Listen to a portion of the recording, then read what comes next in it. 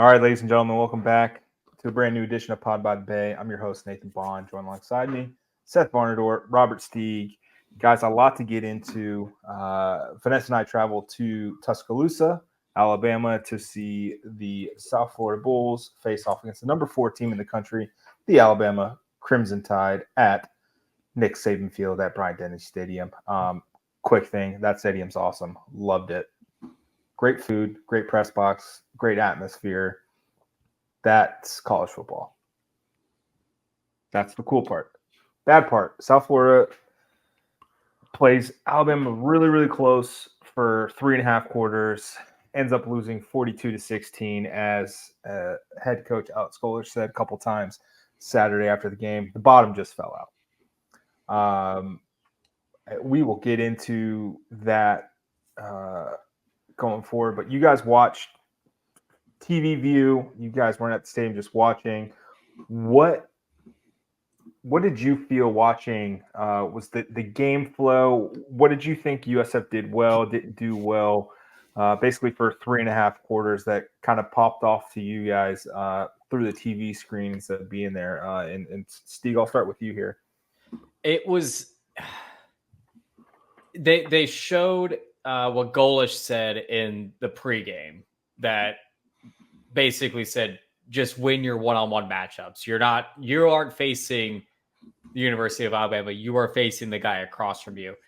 And by golly gee willikers, the team took that to an absolute T. I mean, there was no fear, there was no back down.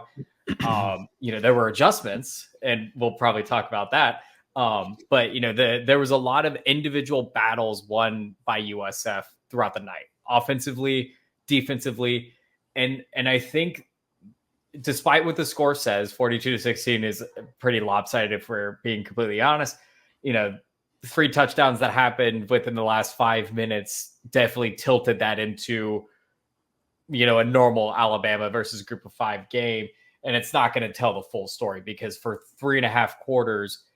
USF was doing what they needed to do defensively to keep Jalen Milroe, to keep the Alabama running back room of terror, and the scary true fresh 17-year-old freshman that can run like a 4.240. They did everything they possibly could to keep them in check, and I think we saw it a little bit at Bethune-Cookman, but now that you saw that against a team like Alabama, you're kind of like, oh, okay, maybe the defense is starting to kind of fix itself a little bit, because they were flying to the football. They were tackling so extremely well that like 6 people texted me separately and were like, we're tackling really well. And this did not happen last year. The best example was, I think, like when Alabama went up 21-16, a couple plays before that, they threw like an out route and Deshaun Rucker made a open field tackle one-on-one with like no one else around.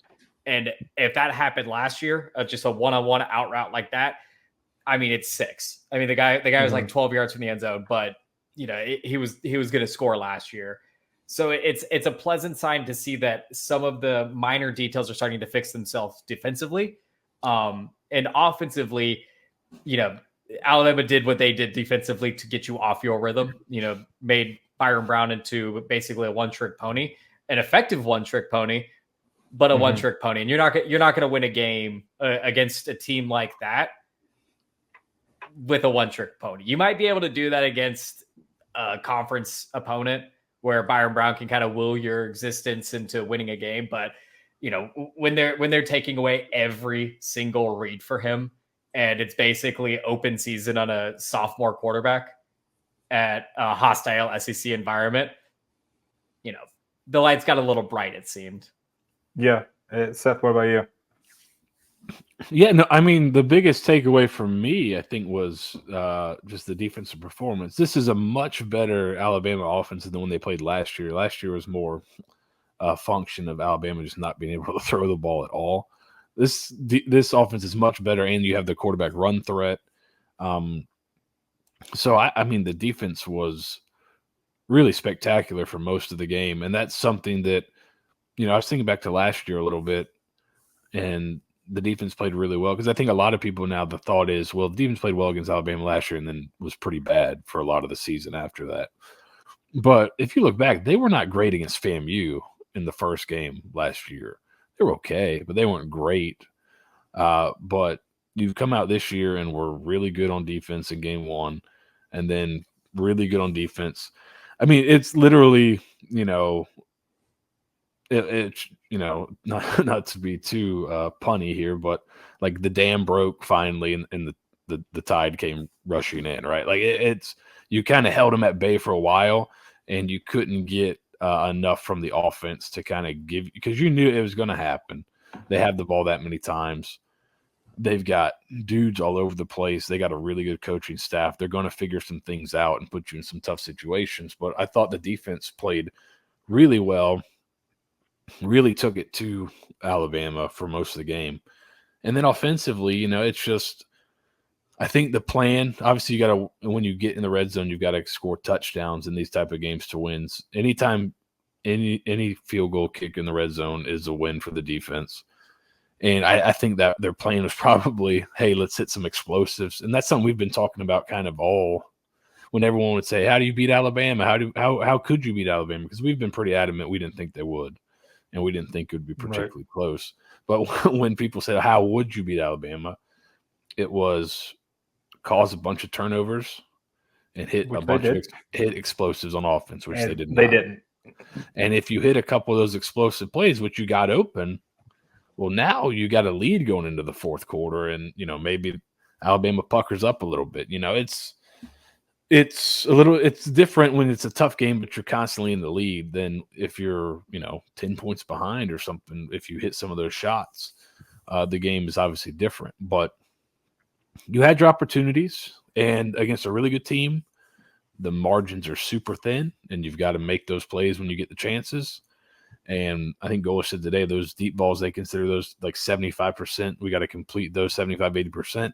You had 3 of them kind of get over the top that were open. You missed all 3. If you hit 1, the complexion changes a little bit. If you hit 2, the complexion really changes. But I think you can be pretty happy knowing that this in Miami coming up is going to be another really good test. But it's going to be by far better than what you see in the conference, I think.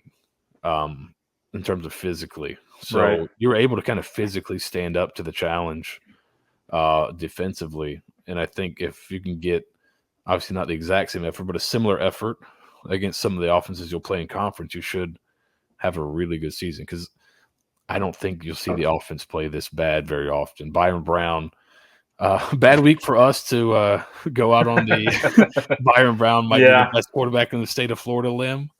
Tough week for us for there. Tough week for your boy for sure. After Cam Ward's performance in the first 2 weeks, it hurts. But I still think he could be up there if he plays like an average Byron Brown game. It's probably tight going down to the wire. But he just was a little bit off for whatever reason. Could have been maybe receivers. But Alabama, I think we had a pretty good idea going into it. Like if we go back and listen to last week. It was, I think you and I thought USF would cover, and they'd be able to score some, but we didn't think it would be a shootout.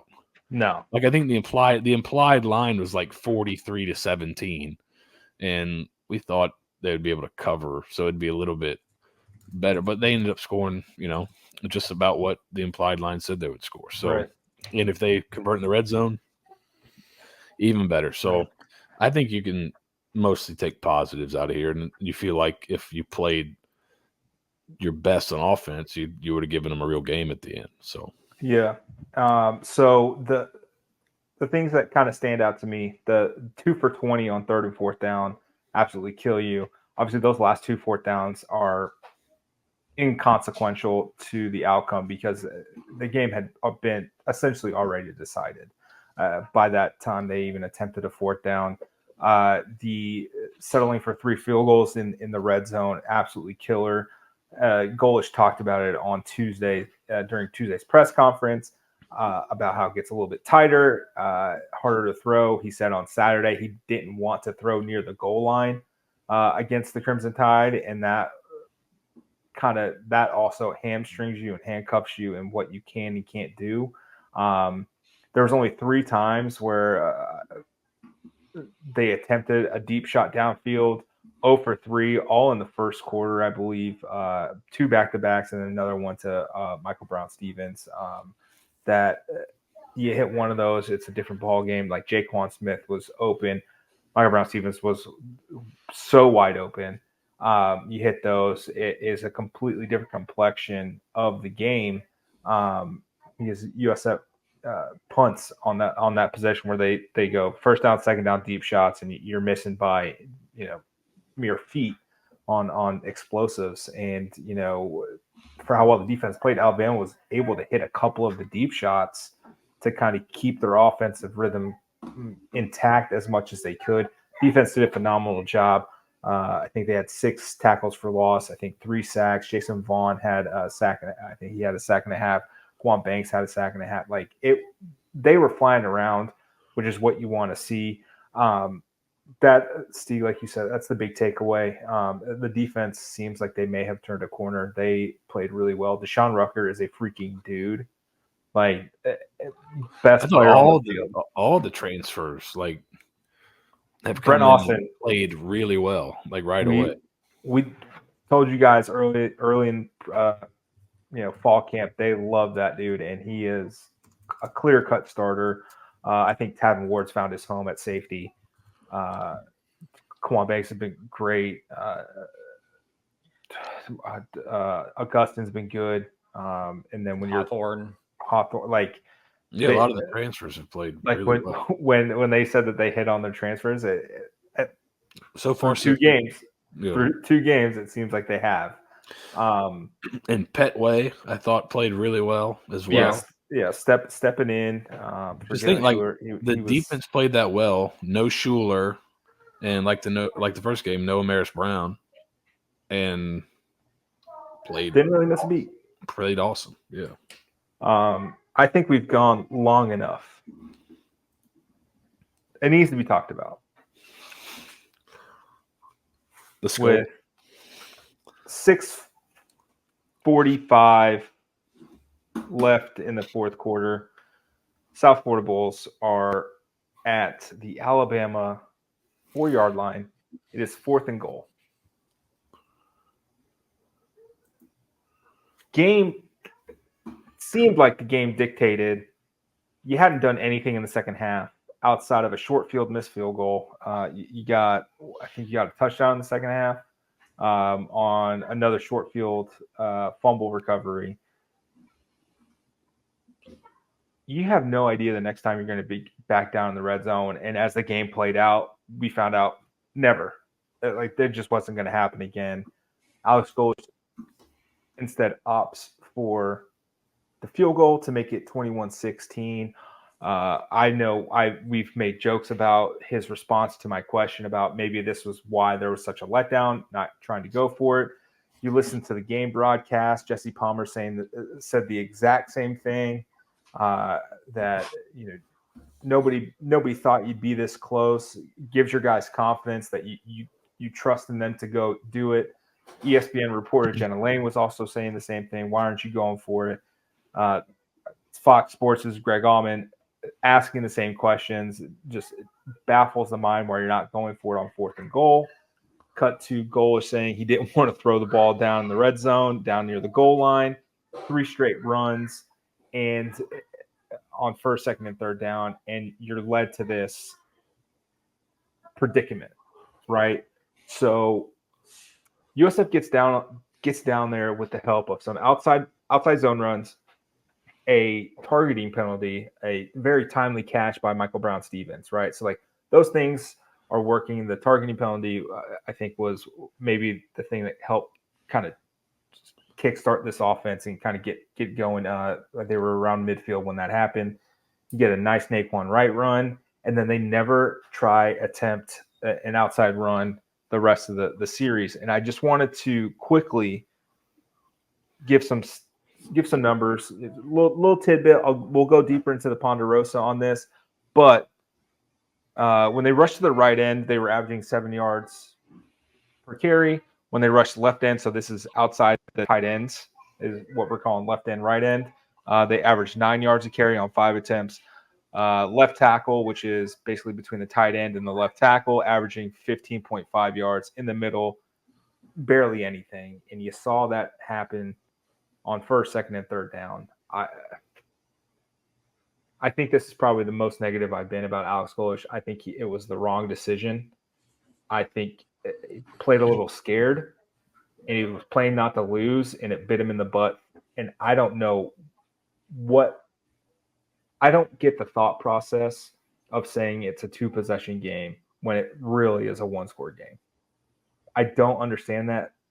Seth, you've coached college football, you've played it.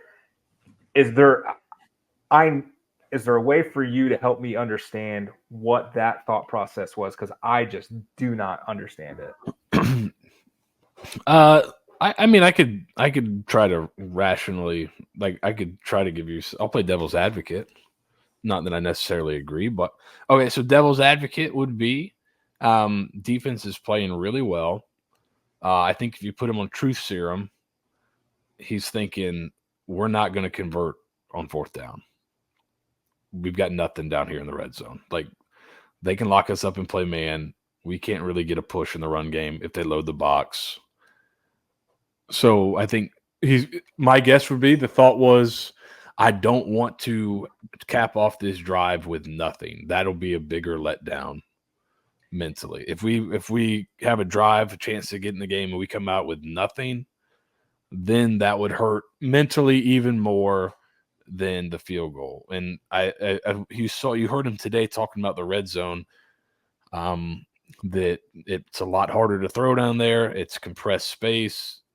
If you look at kind of the throwing numbers from the day, Byron Brown's time to throw was higher than normal, which to me probably states that guys weren't getting open that often unless they busted and got some guys wide open.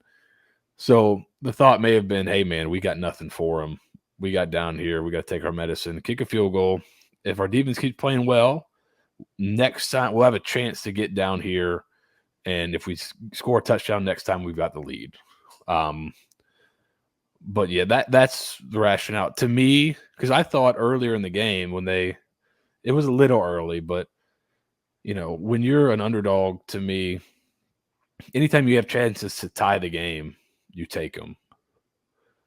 I thought they should have gone for 2 earlier when they kicked the extra point, just because if you got a chance to tie, you don't know when you're going to get back down there. You don't know if you have other chances. Now, it was early. It was kind of late in the 3rd quarter. In my brain, I was thinking, okay, it's more like 4th quarter, but it wasn't that early. So or wasn't that late. So you could justify kicking the extra point. But to me, yeah, anytime I'm on the road as a 30-point underdog, if I got a chance to tie and I'm not positive I'm going to be able to string another drive together, I take my chance to tie. But I would think his thought was our defense is playing really well. We just had a nice drive, get some points, and then maybe we can we can come back and hit one of those explosives again. And if we do that, now we've got the lead. So that would be my guess. I don't know if he, after seeing it and thinking about it further, if he would have changed his mind or not. Only he could tell us that. But I think that was the rationale. And if your defense comes out and gets a stop, looks great. Yeah. If they don't, then it's okay. Was that a bit deflating? Right. Some may ask that.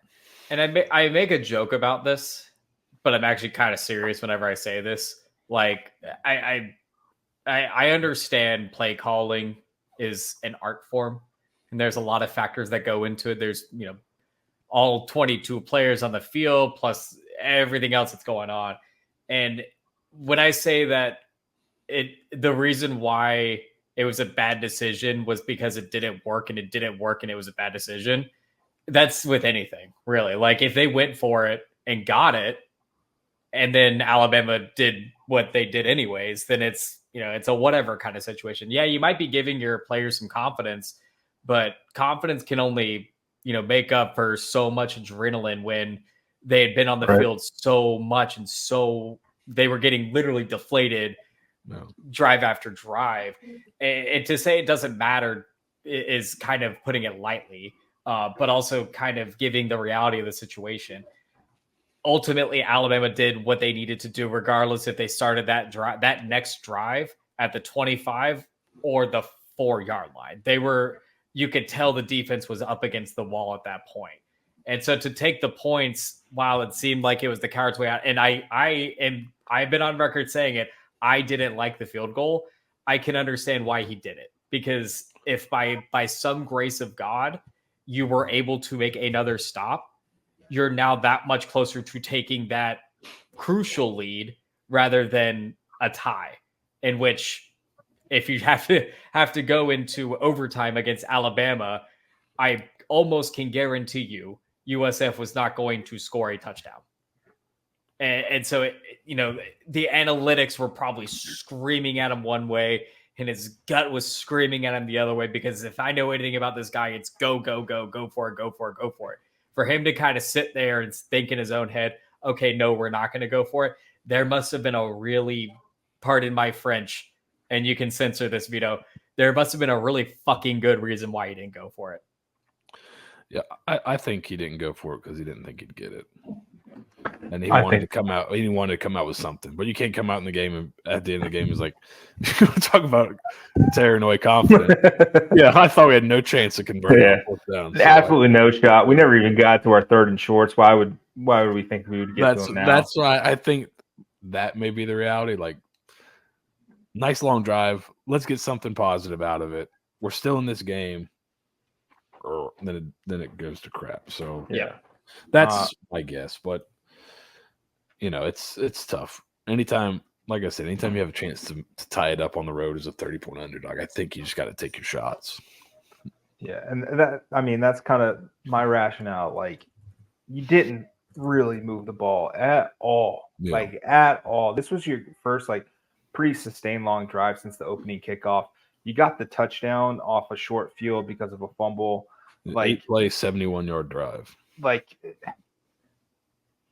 Let's see. The opening drive was 13 plays, 60 yards, stalled for a 34-yard touchdown.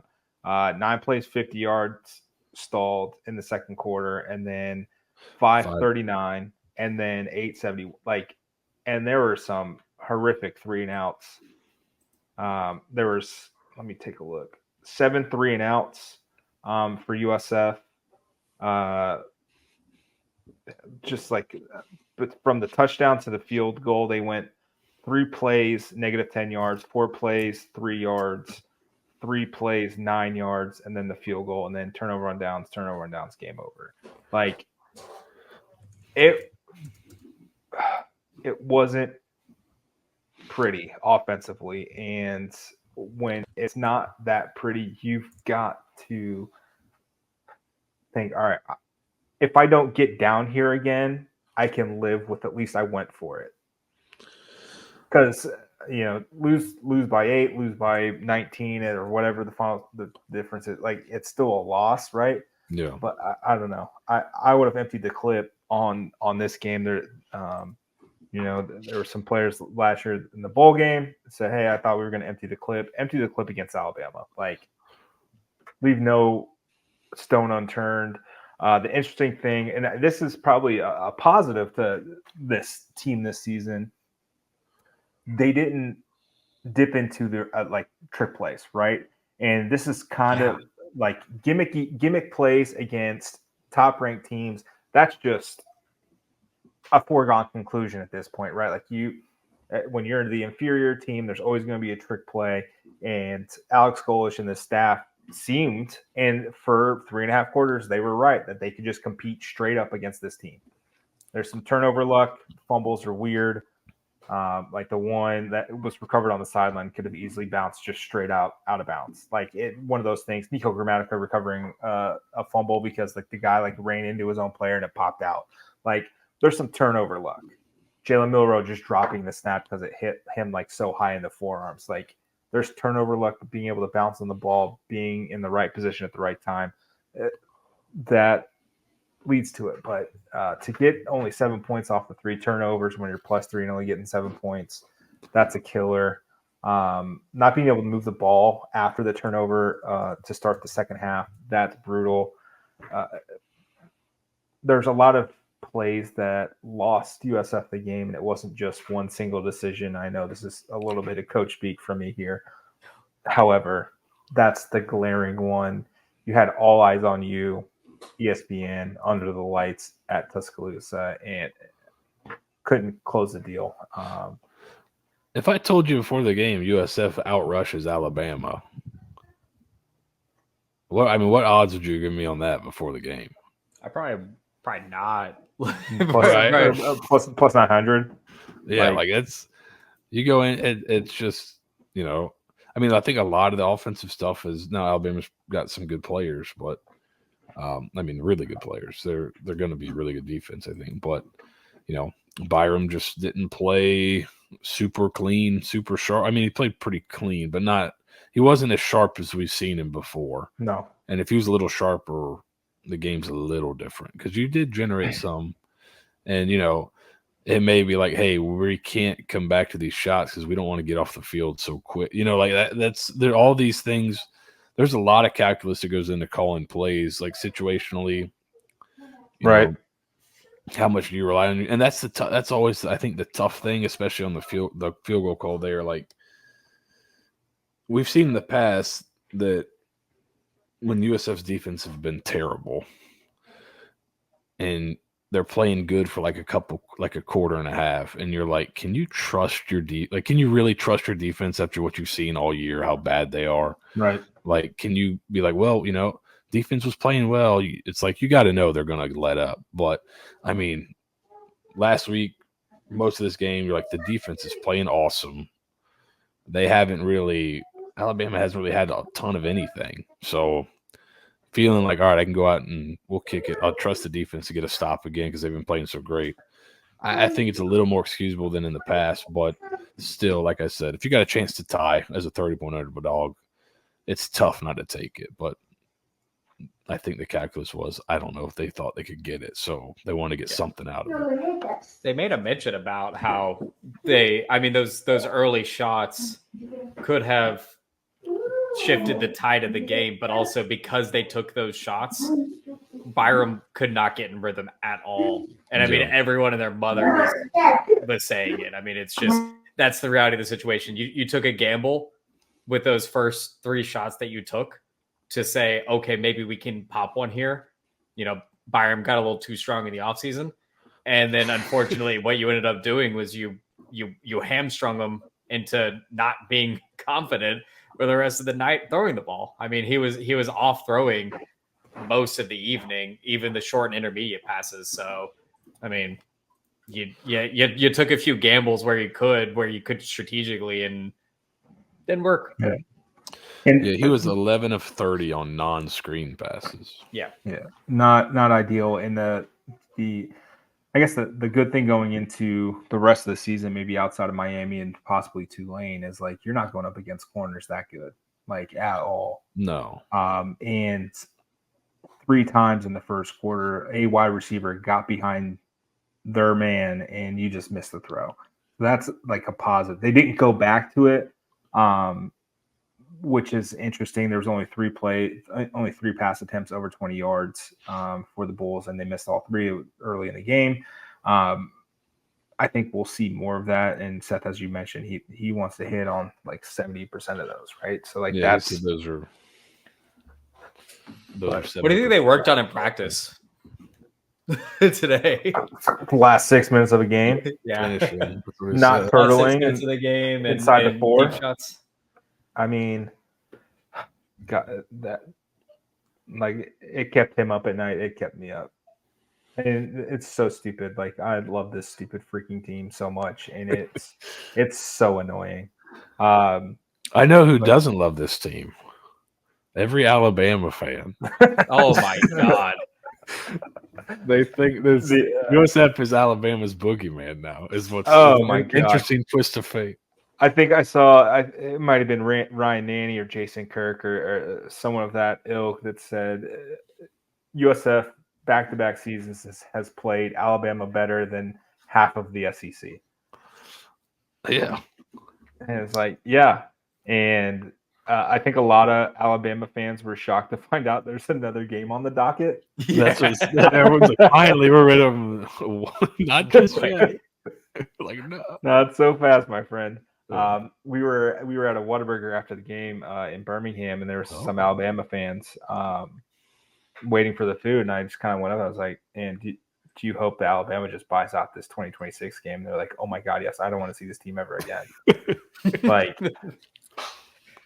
it's I think they'd rather pay us the $1 million to buy out the game and then buy out like Birmingham Southern College.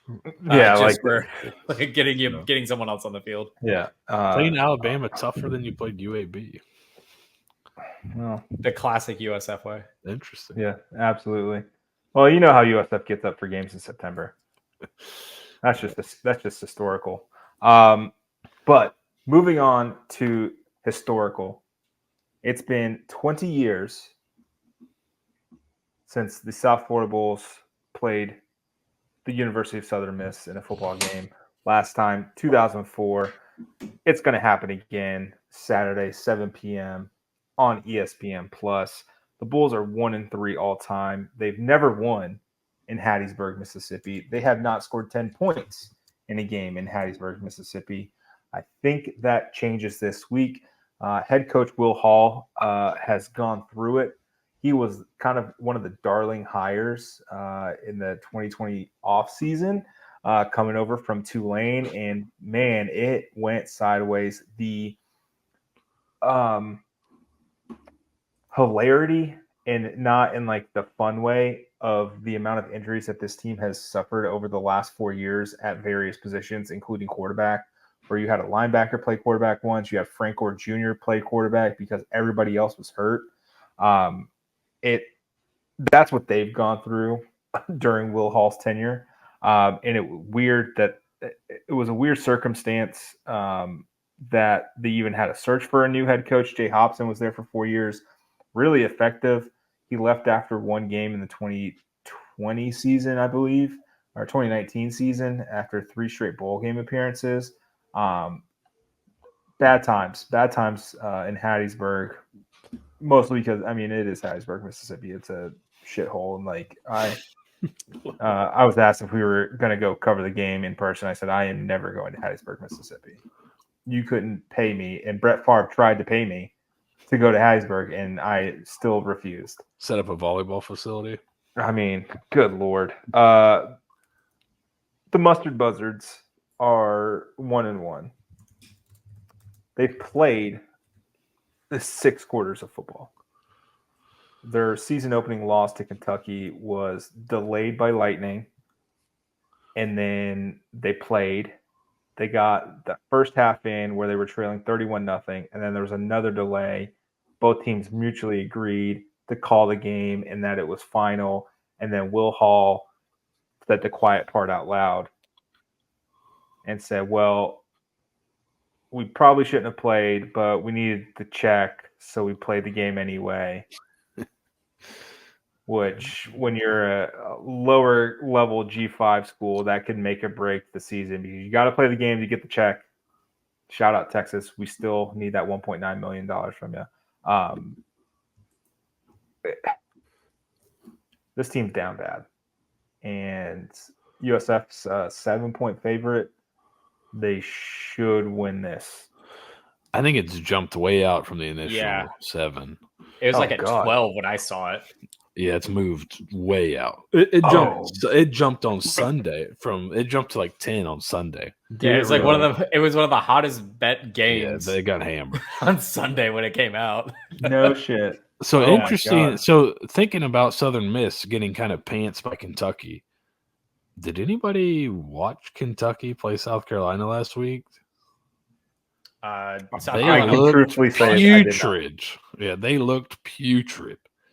They had a guy, not that PFF grades are the end-all be-all. They had an offensive lineman grade out as a 5. Out of 5, right? How many out of 100? What? How many snaps did this man play? Too many, apparently. We're graded a Bryce 5. Archie played 3 snaps and got like a 61.4. Yes, a 5. So That's so cool. I don't think that Kentucky team's great. So yeah, getting beat that bad by them. Looking at their, and we'll talk more in the Ponderosa more in depth. It looks like they're struggling. They don't run the ball very well, and they're bad against the run on defense. Yeah, So good luck. Yeah. I mean, it's also tough to tell because they haven't played 2 full games, but Tate Rodemaker's a quarterback. And real quick, with all the transfer portalness of college football nowadays, please let us know in the comments or whenever you see us if you found out that Tate Rodemaker was a starting quarterback at Southern Miss because you were playing college football 25 and started playing Southern Miss, and they're like, "Oh, Tate Rodemaker, huh, that's neat." Because that's how I learned that Tate Rodemaker was a starting quarterback at Southern Miss. Well, there you go. Yeah, 35-10 against Southeast Louisiana last week. So, which would you like to know how they got to 35? Because it was 14-10 at halftime. Tell us. A 63-yard pick six. Sure. And then an 80-yard touchdown run with 1 minute and 44 seconds left. Okay. Excuse me, a 70-yard touchdown run with 1 minute and 44 seconds left. So, tight game up until very end there. Yeah. Tate Rodemaker was 18 of 33 for 179 yards against Southeastern Louisiana. That's an average of 5.4 yards per completion or attempt. I can't remember which one they charted by on ESPN. Larry Simmons went for 100 yards. Their wide receiver, five receptions, 100 yards. But man, yikes! I also want to say field this. Goals. Yeah, not good. So there's a lot of people talking about a trap game here, and while I think, go on, Seth. You're probably I think if you win, it's more of a trap. Losing, right? I think it's less of a trap because it's not like you lost your kind of last bit on the last kind of taste in your mouth from the field is that into the fourth quarter, which was pretty bad. So yeah, I'd imagine, and even if you would have somehow won, you didn't play great offensively. So I feel like they got to get back on track here a little bit. Right. Golesh doesn't scream to me like, "Hey, let's start prepping for Cam Ward." Like the dude is super detail oriented about what time he wakes up in the morning. Like I'm sure he is not treating this game lightly in any regard. And when your coach says the last 6 minutes of the last game you played were pure garbage, multiple times. I don't think you come away feeling, man, we were awesome. Like when your coach says those last 6 minutes was pure garbage, I think that probably sets the tone a little bit. And he said they've had really good focus practice since then. And yeah, if you want, what are your goals? If your goal is, if you have a goal to make the playoff or whatever, then you've got to go win these games. So yep. I'd be surprised if there was a trap, but it's college football, so you never know. College football is a funky game. Tell me about it. I mean, that honest to God, that's all I have nothing real great to say about Southern Miss. I think they're a terrible school. The old people know about the band incident at one of the home games. Southern Miss was very upset that the band was playing. It was during third downs and stuff. I think USF may have gotten a penalty for that. I forgive my memory. I was 12 when this was happening. I just remember being in the stands, absolutely furious. And Jim Levitt running on the field to tell the band to stop playing. It was a whole thing. Ask Ask your grandpas about it because they probably remember. Colin. Yeah, ask Colin about it. He'll remember for sure. But I mean, it's an old Conference USA foe. I was looking at like what some of the folks like because it's been so long since we played, but like USF fans hated Southern Miss for a very long time. It's like UAB hate from like the old folks. Like basically anybody who they played with, except for maybe Tulane in Conference USA, they absolutely loathe. Like TCU, underrated hatred within the fan base. Like just it's one of those weird things. And maybe this is just my 12-year-old brain like warping into like us against them all the time. But I'm pretty sure everybody hated the Conference USA teams that they were a part of. It probably didn't help that it was like 2 years and done, and we jumped to the Big East. But here we go. 7 p.m. ESPN Plus, a chance to go 2-1, get a dub. I don't care what happens. The line I looked, it's at 11.5. 11.5. So Seth, let me hold up. I just have the okay. All right. So we're gonna go off Hard Rock because Colin doesn't work for that other place anymore. So we're just gonna go off Hard Rock because I have screw that other place. They didn't ever want the blog bar. They don't want any of us. So we're just gonna go off of Hard Rock. USF -11. The over/under is 58. Seth, what are you doing this week? You are 2-0 after you picked USF to cover this 31-point spread at Alabama. That's true. I did do that. I'm taking USF to cover 11. I think this is one they could, and we'll talk a little bit more in the Ponderosa about some of the stats reasons why I like that. But the only reason you wouldn't take USF to cover 11. It's 12. Do you still feel comfortable? Yes. Okay. I think anything under 2 touchdowns, I feel pretty good with. I think the only reason you wouldn't take USF is if you feel like the Byron Brown thing is, like if you feel like 2 weeks in a row he hasn't been sharp, and he's not going to be super sharp, or if you feel like there's a letdown or a look ahead spot, like a sandwich spot. Otherwise, like looking at the numbers, looking at Southern Miss, this USF team, if the defense is somewhat real, should get all over them. So, yeah, give me USF to cover the spread. It could be a big win, but like I said, it's college football, so you never know. Perfect. Steeg, you are unfortunately 0-2, but the fun kind of 0-2.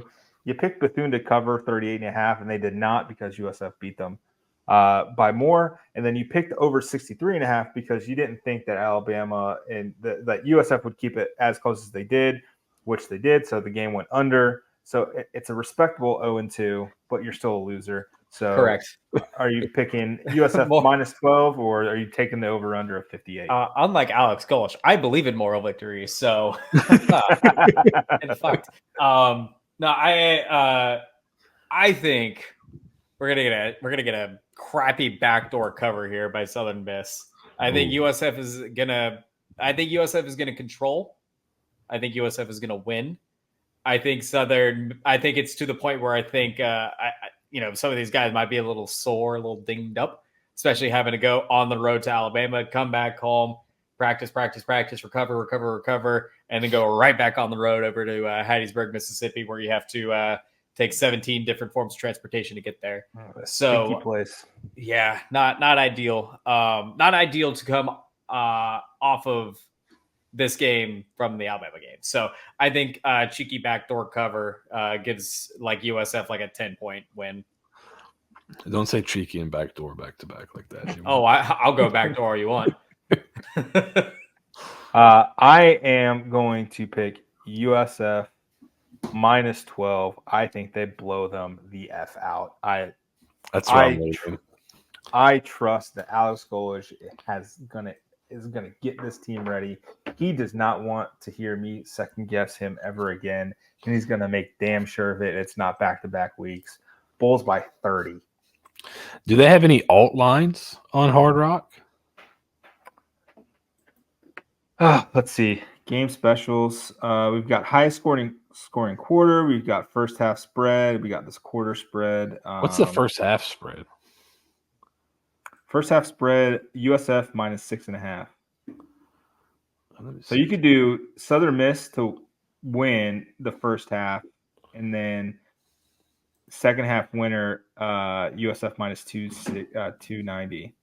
Can I talk about my key to this game? Always.